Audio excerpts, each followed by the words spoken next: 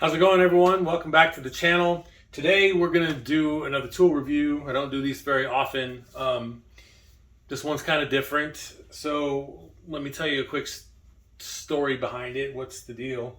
So I'm not that big yet. The channel's not that big. But I have already received like 3 offers for like sponsored videos. And generally I just ignore them. I have kind of a simple philosophy about that. If it's not something that I use or need or have confidence in that will perform well, I almost don't want to do it unless it's something that you guys ask me to do. I just generally don't respond. This was actually the very first one that ever reached out to me, and I kind of did the same thing. I didn't respond for months. But I have recently come to realize that I need to be able to measure the moisture in my wood, especially when I'm using hardwoods for fine projects. And it's important to know what you're getting with those and to make sure that that the moisture content is appropriate for the for whatever you're going to do with them. You definitely don't want to use wet wood because, as you guys all know, probably it can cause a lot of problems with your product, with expansion and contraction and, warping and that sort of thing. So I recently have, had a need to measure moisture in wood, and I know pretty much nothing about moisture meters. I've never used one, never had one, don't have one until now. And so that's why I ended up reaching back out to these guys. Again, they were the first ones, and honestly, to their credit, these guys were they were the first. They were not only the first ones to reach out to me, but they reached out to me before I was monetized. Before there was any skin in the game for me or for them. So I kind of, looking at that now, that's, to me, it's kind of admirable. That they had faith in what I was doing at the time, and that if they gave me some of their product, that I would do justice to a video, which I don't know why they thought that, because my first couple of videos were just god awful. Not that these newer ones are like a ton better, but it takes time, and I'm working on it. But anyway, they reached out, or they asked me if I would be willing to do like a review video on their product a while back, and I never responded. And again, recently I decided I needed one, and I did some research. I looked on Amazon. I don't believe my big box stores close to me have wood moisture meters like on the shelf. Harbor Freight probably does, but I mean, how that is with electronics and Harbor Freight, can be kind of iffy there. But so anyway, I looked on Amazon, and I started looking at some of the moisture meters and the different types and the cost and the reviews, and this particular one is actually reviewed fairly well, very well actually. But that all being said, let me assure you that I am going to do a 100% honest review on these. What's good is what is good about them, I'll tell you. What's bad about them, if anything, I'll tell you. And I let them know that I was adamant about that when communicating back and forth about whether or not we were going to do this. Now, that being said, on the other side of that coin, these things are very inexpensive at regular price. I mean, I think they're usually $30 or less at regular price, but like right now, they're having at the time that this video comes out, they are right in the middle of a big promotion where like everything's on sale and they have this and that, and it's like lower prices.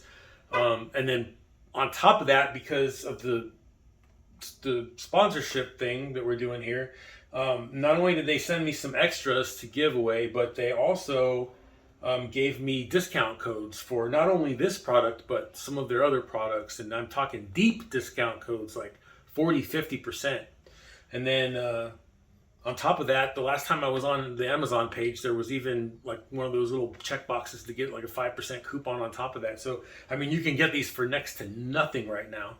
And of course, that will be linked in the video below. And here in a minute, I will show you the promotion that they've got going on, and tell you what the discount codes and all that are in case you're interested. We'll probably save that towards the end. let's see how well these things perform first. Then you can decide if you even want to stick around to see that part. But anyway, I just wanted to tell you, I didn't pay for these. They sent them to me. In fact, I wasn't expecting them to send me 3. I was only thinking they would send 1, but they sent 3. So the other thing that we're going to do is I'm going to do my first giveaway. Sometime between now and the time that I edit and publish this video, I'm going to figure out how to do that the right way, the fair way, and the legal way. And so stick around for the end of the video because I'm going to put that information in at the end. But 2 of you guys are going to receive these 2 extra ones that I have. So if you need a moisture meter or just want one, stick around for the end of the video and you could win one of these. But anyway, that's what we're going to do. So let's get at it.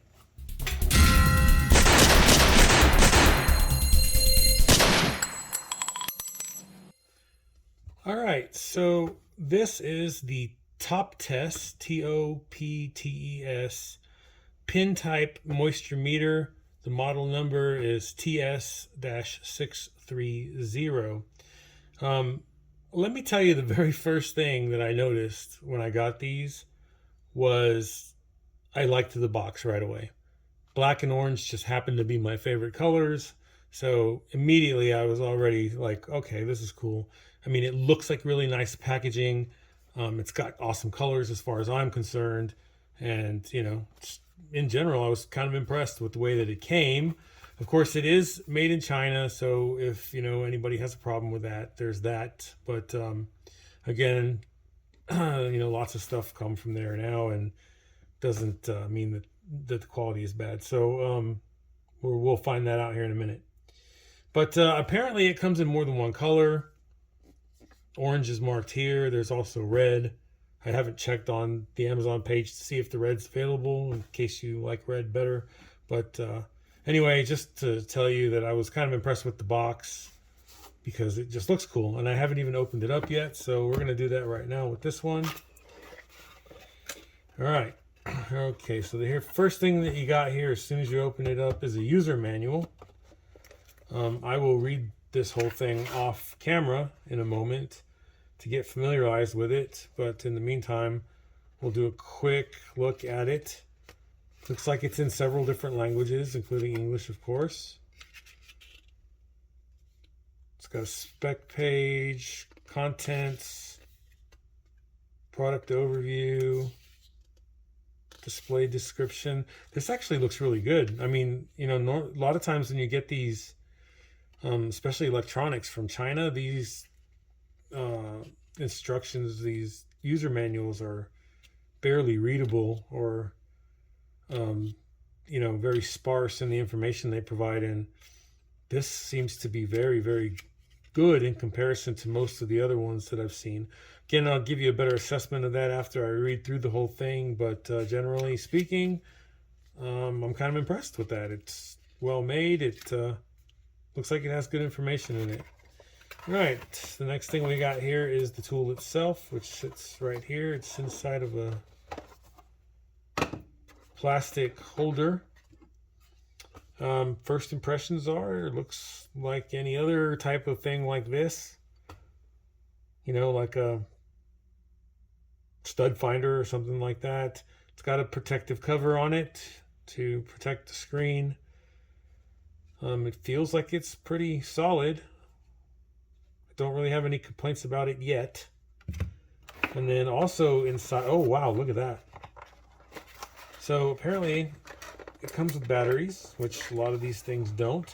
And I am actually pretty surprised. This comes with 3 Duracell batteries, like actual Duracells. Normally they come with some weird off-name Chinese brand that, they last for about 5 minutes and then you got to put some good ones in there. So, that's another good thing. That's kind of impressive right off the bat that it comes with Duracells. And what else is in here? Oh, wow. It comes with a little bag to hold it and protect it, whatever. Soft. It looks like it's well made. Drawstrings. That was unexpected. That's nice. And then here at the bottom is a little wrench, and it looks like a couple of the extra pins the testing pins in case you break or lose some. And I'm assuming the wrenches for putting those on and off. And I think that's it. Yep, that's it. That's everything that's inside there. All right, let me read this manual real quick and then we'll see how this thing works. All right, so I've familiarized myself with the instructions a little bit. First thing we're going to need to do is put these batteries in. Yeah, not a big fan of these battery covers that you have to use a screwdriver to open just because it's inconvenient, but you know, that's not a big deal. It's just be nicer if it was one of those slide on and off ones, but you know, not a deal killer or anything. It would also be nice if the little screw here was captive, because man, if you drop that, you were going to have a heck of a time trying to find it, and it will be real easy to lose it, so careful with that. But let's throw these batteries in and check it out. Oh, I accidentally powered it on for the first time. I'm going to go ahead and pull this off, and we're going to keep this one. All right, so I think the really cool thing about this, and again, I haven't tried it to see how it works, but just reading through the manual about the way it works is, so when you measure, it gives you 3 different ranges. So like the lower range means that the wood is dry and it's good to work with. The medium range is, you know, medium, and I'm guessing that would be good for like using as firewood or something like that. And then the higher range is really wet wood that you really got to dry before you use it for anything. But it's got this backlit LED display. So when you are in the low range or the good range, it shows up like this as a green color, and it'll tell you, I guess, the percentage. Actually, I think it said it only will tell you at 10% and above. So if for your application or whatever you need a moisture meter for, if you need to know what the actual percentage numbers are below 10%, then you probably need to look at a different one, because this one will only say low if it's less than 10, and above 10 it'll show you what the actual percentage is. So there's that. I think with working with wood for woodworking, we're typically looking for like a 10-12%, so we're good with that. We don't really need to differentiate between if it's 5 or 6 or 8. Anything 10 or below is perfectly good. But anyway, it's, you know, it's pretty good for quick reference, right? So if you're looking at something and you're looking quickly, like if you're at the big box store and you're checking 2x4s and you're just like, okay, green, red, not that one, yellow, red, not that one, green, you know, you can quickly assess the ones that you want and stack them up. And yeah, I think it's cool. It makes it very user friendly. You know, it's color coded like that. And then if you really want to know what the actual percentage is, it'll read that out. So the other thing that it does is when you turn it on, it tells you what the temperature is in your current environment. Currently it's in Celsius. We can change that here. I'm in the US, so we use Fahrenheit. I lived in Germany for a long time, so I'm familiar with Celsius, but for everybody watching, there's a button here that you can change between Celsius and Fahrenheit. I think you have to hold it, or maybe not. Nope, just push it and let it go. I don't have to hold it. There you go. So currently in my shop right here, it's 84.3 degrees Fahrenheit, and it is 1.9% relative humidity. So it gives you the temperature and the humidity, which I live in the desert, so it's no surprise that my humidity is pretty low. Yeah, and you know what we'll do is we'll go in the house right now. Actually, we'll do it right now, and I'll check, because, you know, next to my thermostat, the temperature will be read right there in that space by the thermostat, and it'll tell me how much the temperature is inside the house, and then we can compare it with this and that and see how close they are. So that can be the first test that we do for it. So let's go check that out real quick. So I'm standing outside my house right now, and according to my cell phone, the weather service data that's on it, it says that it's currently 74 degrees and 46% humidity in my area right now, and this is pretty close, 76.6 and 47.6. Now, I will say that I've been out here for a couple of minutes, and this thing is slowly changing. So it doesn't seem to be like super fast at measuring. So like, for example, at least for the ambient air temperature and the humidity, it's moving. Like, see, as you can see, it's moving down and down as I'm talking here. So it's not instantaneous. So unless there's a big temperature swing from one place to another that you're checking this at, it might take a few minutes for it to work its way down or acclimatize or up, either way, to get an accurate reading. But looks pretty close. Close enough anyway. All right, so now we're inside the house, and it's thermostat says it's 76 degrees in here. This thing says it's 76.1, so they're reading exactly the same. And relative humidity is still around 46, which is what it says on the phone. So looks to be pretty accurate. Again, it takes a minute to get to the temperature, the ambient temperature. It slowly works its way toward that. But let's go back into the garage and see what happens when I go back in there. All right, so we're back in the shop. I brought this thing in here and let it sit for a while with the cover off. I realized as soon as I went outside that 1.9% humidity was kind of ridiculous. I mean, I live in the desert, but that's really low. And then when I saw that the current humidity here was like 46%, I was like, okay, what's going on with this thing? The only thing I can guess is that was the very first time I ever turned it on. Maybe there was something wonky going on with it. Maybe because the cap had never been off before. At that point, the cap was still on and I had never taken it off. So maybe it was just, it's sealed so well inside there that it was just reading whatever was inside the cap at that moment. So when I did the measurements outside and then inside my house by the thermostat, I had the cap off the whole time. Again, it's really slow to react to the temperature. But it does change. And again, that's why I brought it back in here. I've been letting it sit here for several minutes now like this. So I want to try it again, turn it on, it's off now, and see if there's a different reading now. And I'm thinking hopefully that was just like a fluke or something before. Yeah, okay, so this is way more accurate now.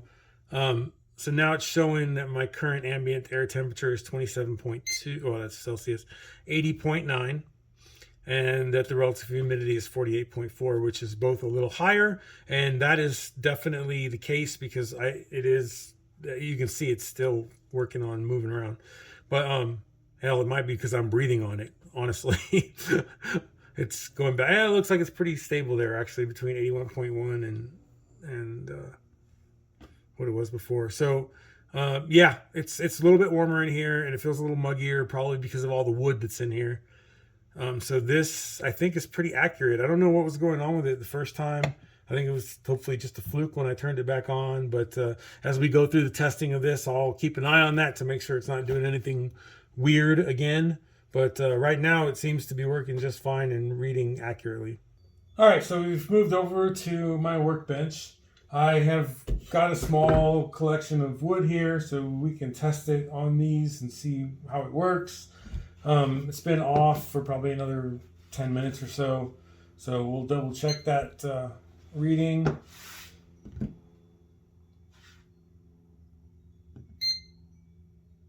So yeah, it seems to be working much better now. It says the temperature is like 82 point something, which is like a degree more than it was last time we checked. And the relative humidity, 47.7. So just about the same as what we were looking at before. So okay, I think we must have just had something weird going on that first time. Maybe it's again because the cap was off. I don't know where the temperature sensor and humidity sensors are in this, but now that I'm looking at it, it's got these openings. I would assume it's inside there because there's nothing outside that would indicate that there's a sensor out here. Let's see how it works on some wood though. Let's start with some regular old pine. Here's a 2x4. Now the unfortunate thing with this, and I think that's probably the case with all of these pin type meters, is that you actually have to puncture the wood. So you need to get it in a spot where it's not going to be in the middle of your workpiece, so you don't have to rework that area. But again, this is just a scrap 2x4, so I don't really care with this one. But just be conscious of that when you're poking around in your other pieces of wood, like especially a good hardwood.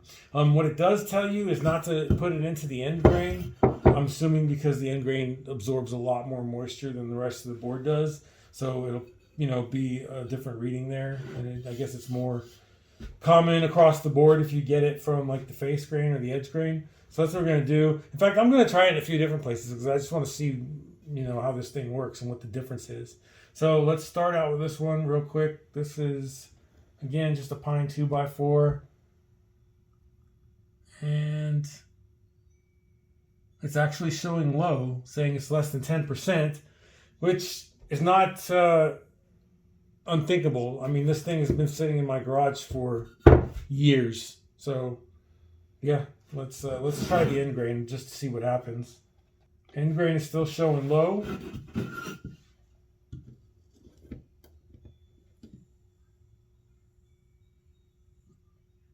As is there. This is another piece of pine, just regular common board 1x material. See if there's any difference. Just a scrap I have laying around. It's also showing low. Again, this is not a huge surprise because this stuff has all been in here for a minute. Here's some black walnut.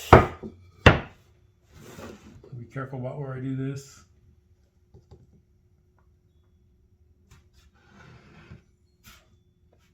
Low. Everything's low. I know it shows more moisture on different things because I just did it. Again, all of this stuff has been in here for quite a while. So I'm assuming that that's why everything is so low on moisture. This is a piece of maple, hard maple. Same thing, everything's low. Some Padauk.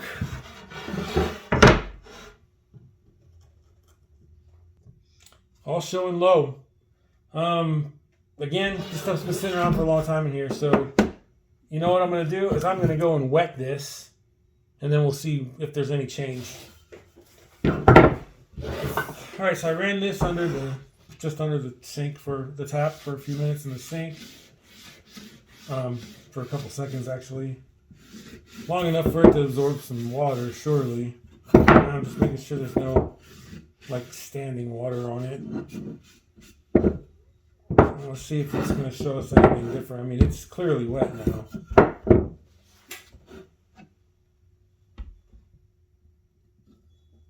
Oh yeah, okay. Big difference. Now it's reading 29 point something. It's in the red, saying it's way too wet. End grain. Same thing, 27, 28. Another thing I wanted to try too is, what's the difference if you penetrate or not? I'm just going to set it up there without penetrating, see what it does. Showing me amber. 23, 24. Right at the verge. It looks like it goes red at 24. So it's fluctuating because I'm not holding it steady, but it's fluctuating between 23 and 24 without penetrating. And then if I penetrate the wood in the holes, it goes up to 24, 25 now. It's been sitting here for a minute. Let's try a different spot. 24, 25, same. End grain. And I'm pushing in, penetrating here. It's 26-ish. It's a little more. Let me just set it there. Okay. So it looks like you definitely want to penetrate. It will show you some difference between not penetrating and just setting it there, but it is a little bit different. It's not giving you a totally accurate reading again. So we've got 22, but when you penetrate, it goes up to 25, 26. So it looks like there's about a 3 to 4 degree difference between penetrating and not penetrating, which depending on what you're doing might not be that big of a deal, right? But depending on where you are, of course, if it's, you know, between 10 and 14, for example. But you know, it's obviously 20, even 22 is too high for, you know, what we do with woodworking to make stuff with. But okay, so it clearly works. So you know what I think I'm going to do? I want to give this, I want to put it through its paces a little bit more and give it a little bit more of a test even. And I think I'm going to take it to Home Depot. And, you know, because there I can pick up 2x4s and you can feel the ones that are light and the ones that are heavy. So which ones have more water, which ones have less water. And I'm going to, you know, pick a couple of obviously different weighted 2x4s and test them and see how this thing performs as far as that goes. So let's head off to the store. So something else that I forgot to mention that is in the book, and this is actually probably the biggest thing that I've come across so far that I don't like. There are different modes for this thing, and like there's like 8 of them. And you change it by pressing this button here. So you see that changed from A to B to C, D, E, F, G. And that's for different materials. The A and B are both for wood. So according to that, you're going to need to refer to this little book. What I would like to see is that this would be like printed on the back of the actual device, because, you know, it's kind of a hassle to have to go back to this book every time you want to do it unless you have it memorized. But I'll get to that in a second. But anyway, so it says in here that A and B are both wood. C is cement, mortar, concrete. D is gypsum, anhydrous gypsum, mortar layer. E is cement mortar. F is lime mortar, gypsum, and G is brick. So, I mean, as woodworkers, we're probably not going to use that. I mean, maybe you will for something else. But anyway, just to be aware, though, that's for like building stuff, C through F or G. A and B are wood again. And it's weird because it says material A is for beech, spruce, larch, birch, cherry, and walnut. I'm not super familiar with beech and spruce, but I'm pretty sure they're relatively soft woods. And then anyway, material B is oak, pine, maple, ash, Douglas fir, and eucalyptus. So clearly that doesn't have anything to do with the hardness. I don't know why, and it doesn't encompass every single type of wood there is. So I'm not sure how you would, you know, measure something like Padauk or, you know, Bacote or something that's not in here. But anyway, I actually checked this in A and B against all of these, and I was getting virtually the same readings. So I don't know how big of a difference that is. So I took another look at the manual real quick, and it actually does list like every kind of wood that you can pretty much think of. In the back, there's like some attachment pages that go through all these different types of wood, and then it tells you, you know, what, depending on what the wood is, whether it's setting A or B. Some of them look like they even have D for elm, but it looks like the vast majority of them are A and B. And I guess it just kind of depends on what wood you're using.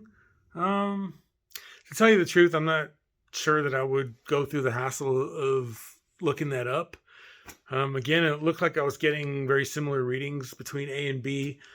If it was critical to my application, like absolutely critical, then I would. But I think in general, if you leave it on A, you're going to get a close enough reading to know whether your wood is dry or not. I mean, if it's off by 0.5% or 1%, I don't think it's really going to be that big of a difference either way. So I probably won't use that book or you know, refer to it and change that mode around. I'll just leave it on A, and, you know, again, unless there's for some reason it's absolutely critical, but I almost can't think of any situation where that would be the case.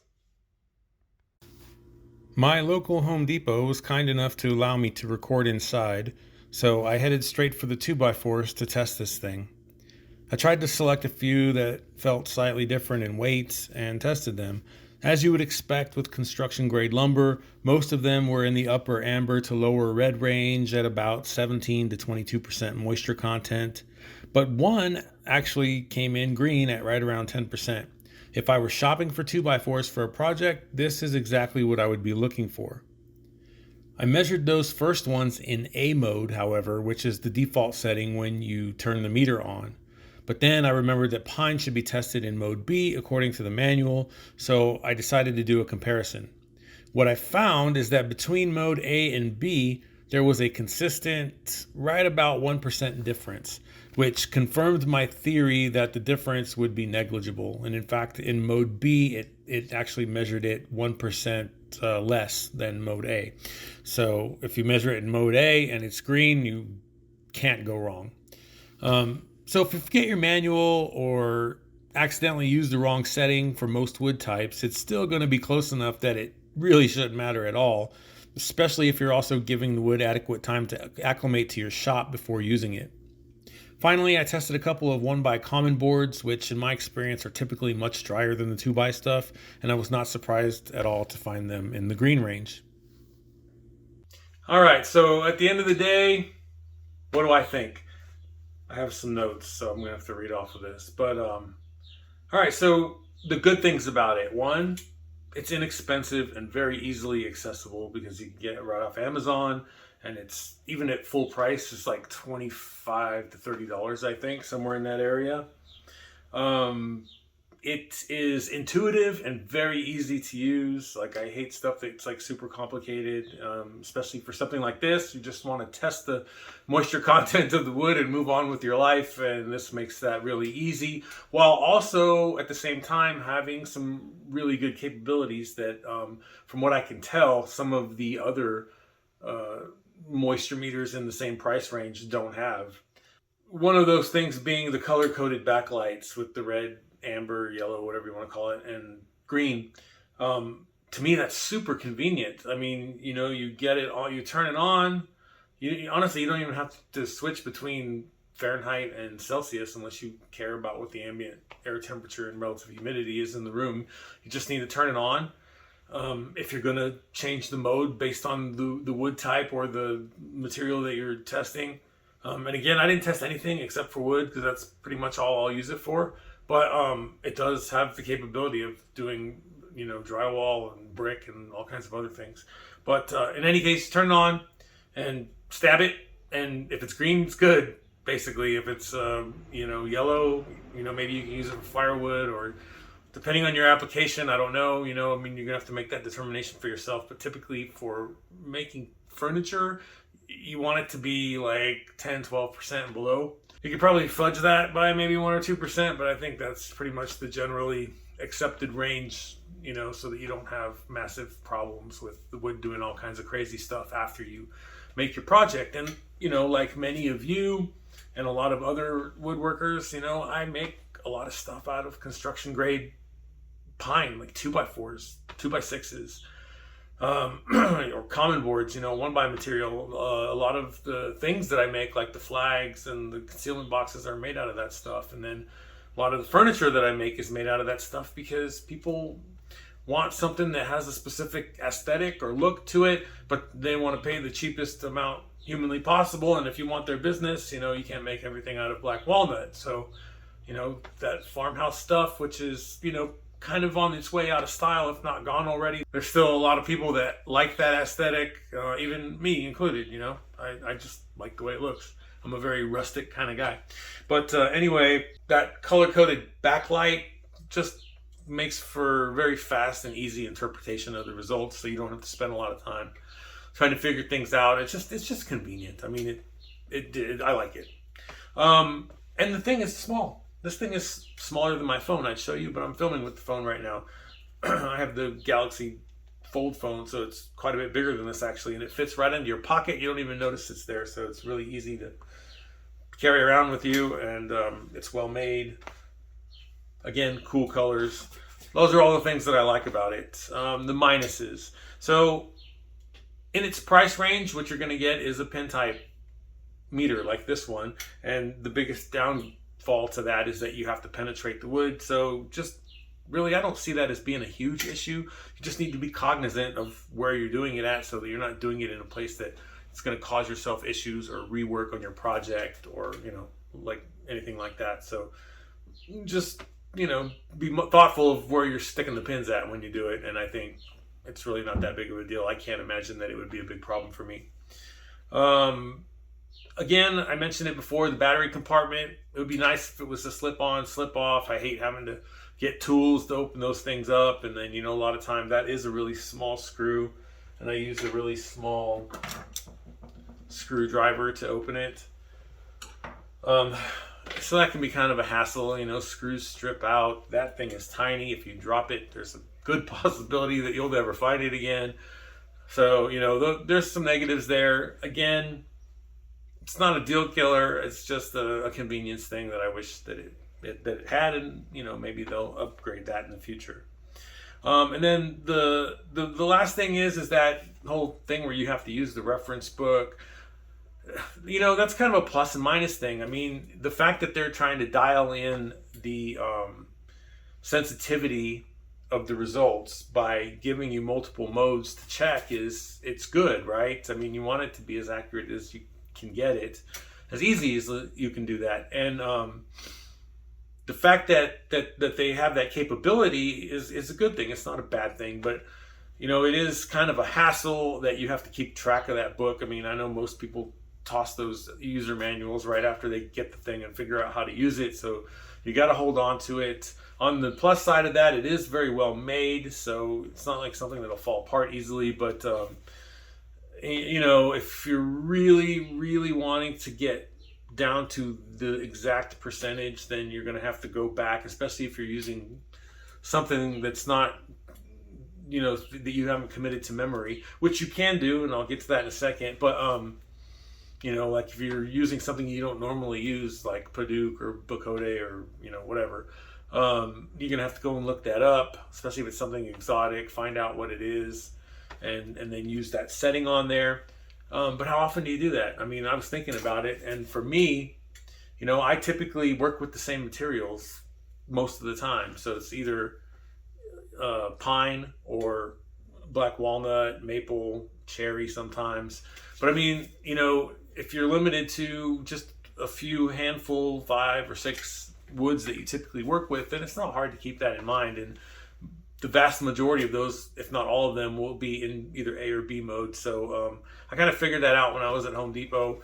I was checking it, and again, it's a 1% difference between A and B specifically. So if it's green in one, it's going to be green in the other one, and that's all you're really looking for, right? I mean, the only time I can see that being an issue is that I think it turns green, or it goes from green to amber at like 12%, I think. And, maybe if it's at 13 and it's amber and you see it's at 13, and, that may be the only instance that would come up. But I mean, that 1% is probably not going to stop me from using it, honestly. So at the end of the day, the pluses outweigh the main. So at the end of the day, the pluses outweigh the minuses by a lot on this thing. I like it. I'm pretty fond of it, actually. I'm glad that I have it now. I'm going to start using it all the time because, again, when I make stuff out of, especially like 2x4s, 2x6s, 4x4s, in the past, I've just gone and tried to find the lightest ones that I can have. But, as you saw when I was at Home Depot, there was one that was actually green, and then some were in that yellow range towards the lower end, and then some were just outright red. And a lot of times, your calibrated arm muscles aren't good enough to tell you the difference in weight between 20% and 14, 15, 16%. So that's a quick way to just make sure you're getting the best wood that you can, that you're going to have the least amount of problems with, both during and after your build is done. So you don't want to send it off to the customer's house and then have it shrink up all crazy, which I've had happen before, or warp or twist, or do something that you really just don't want it to do. And the drier it is, the more likely, or the less likely that that's going to happen. And then on top of that, you bring it in, you let it acclimate to your shop for a week or so, and that mitigates the risk of you having problems that will cause you headaches down the road. So again, for just 20, 30 bucks, it's for me, it's no brainer. I'm really glad that I have it now, and I recommend it to you guys. I like it. That being said, I will, of course, leave an Amazon affiliate link directly to the product on Amazon in the description below the video. So head down there if you want one to go and get it. And also, I'll put this on the screen right now. They're running a promotion right now until the end of June. This is TOPTES, the brand that makes it. And everything is on sale. And they have given me discount codes for you guys to use. You can see them on the screen here. There's a 40% discount specifically for this product, and then there's a 50% discount for some of their other products. So get it while it's hot, because you can go on there right now and get this thing for like teens of dollars. I think it was with the 5% coupon, if that's still there, it's like 15, 16 bucks. I mean, it's really super, super cheap. So it's good opportunity to get it right now. All right, so now for the rest of you that are still here, we're going to talk about the giveaway for these two additional meters that they sent me. Again, these were sent to me by TOPTES, the company that makes them. They sent me 2 extra ones, and I'm going to give them away to you guys, so I didn't pay for these, just so you know. And YouTube has absolutely nothing to do with this video. They're not sponsoring it in any way. They're not responsible for the contest or determining the winner or getting these things out to you. They have nothing to do with that. That's all solely my responsibility. I have to put that out there as a disclaimer. Apparently, man, this is stressing me out because there's like all these rules that I have to follow and hope I don't screw them up. But anyway, so there's going to be some official rules. I'm going to tell you what those are right now, and I will also list them in the description below the video.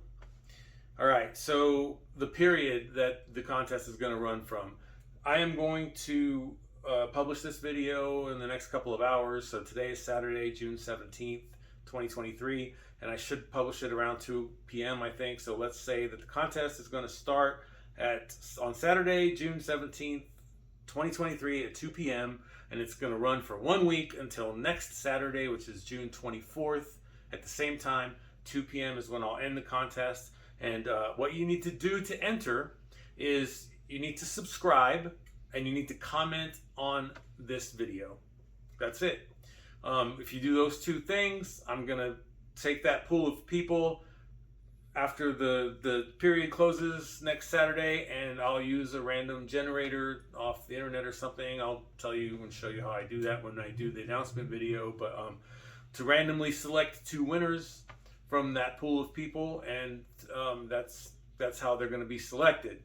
The importance of subscribing is kind of twofold. One, it's a condition of entering into the contest, but more importantly, actually, it's going to facilitate you being notified that you're a winner so that you can respond in time to actually collect the prize.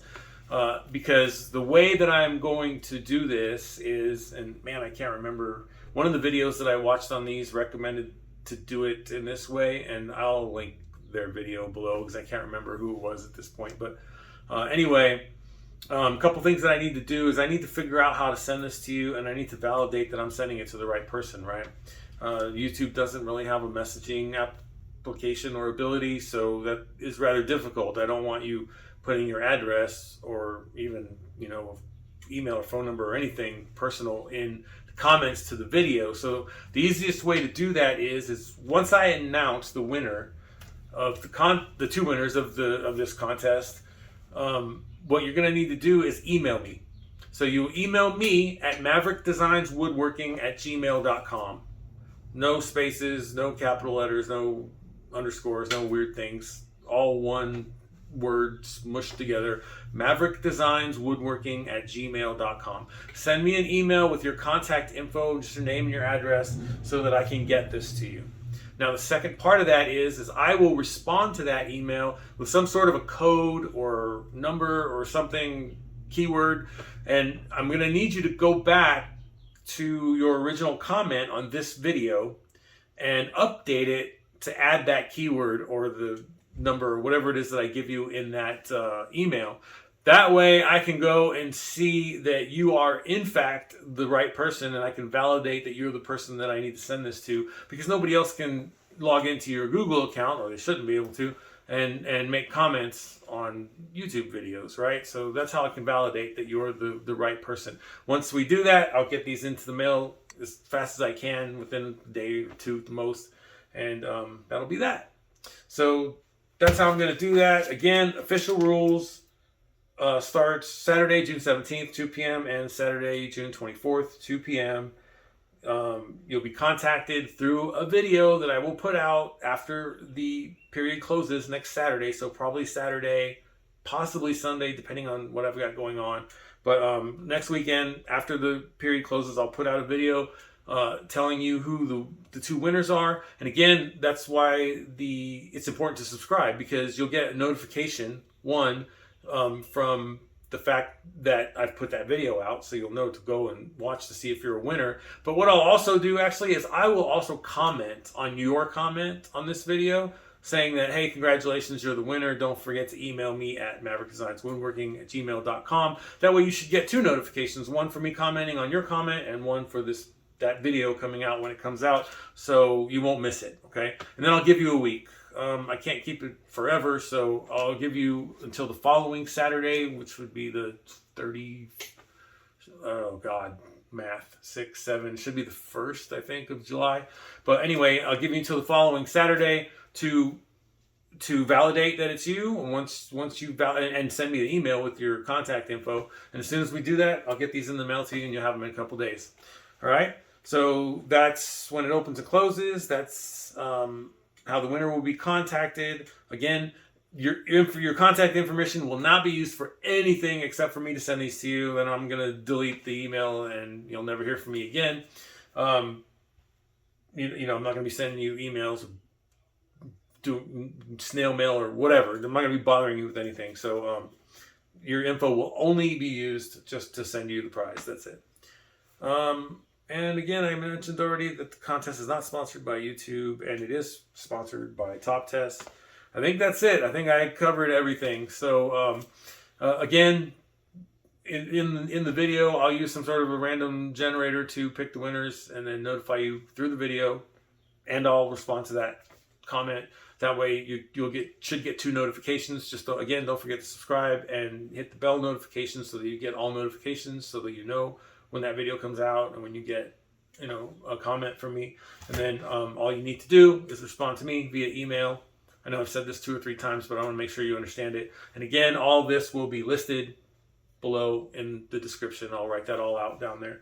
Again, once you send me your contact info, I will respond with some sort of a keyword or code that you need to update your comment, so that way I can validate that it's you, and then I'll get it out to you right away.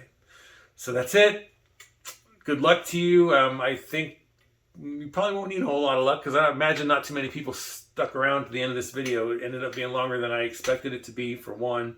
And 2, even my best performing video at this point only has like 50 or 60 comments on it. So I don't suspect that you're going to have, and that's after several months. I don't think you're going to have a whole lot of competition. So, if you want one of these, subscribe and leave a comment, and hopefully we'll get one of these out to you. And I'll see you guys next week. As always, thanks for watching. Stay safe. Happy woodworking. See you next time.